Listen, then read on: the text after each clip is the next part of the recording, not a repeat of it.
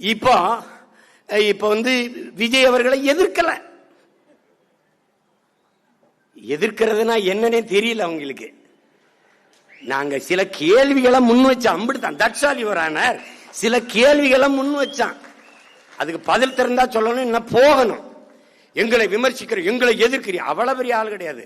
ஒண்ணு நான் பகிரங்கமாக என் தாத்தன் மேல சத்தியமிட்டு சொல்றேன், என்னை எதிர்ப்பவன் எல்லாம் என் எதிரி கிடையாது. நான் யாரை எதிர்க்கிறனோ அவன் தான் என் எதிரி.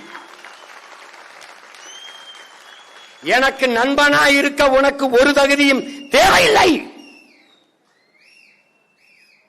ஆனால் எதிரியாக இருக்க உனக்கு நிறைய தகுதிகளை வளர்த்துக்கிட்டு வரணும்.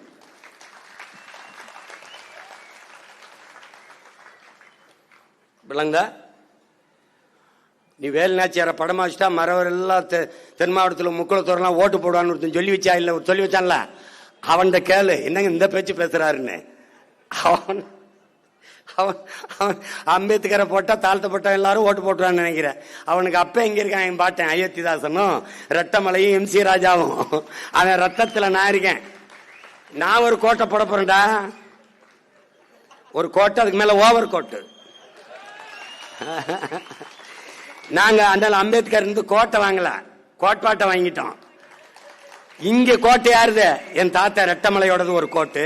அது என்னன்னா அந்த கோட்டுக்கு மேல ஒரு கோட்டு, அது இன்னொரு தாத்தா எம் சி ராஜாவோட கோட்டு.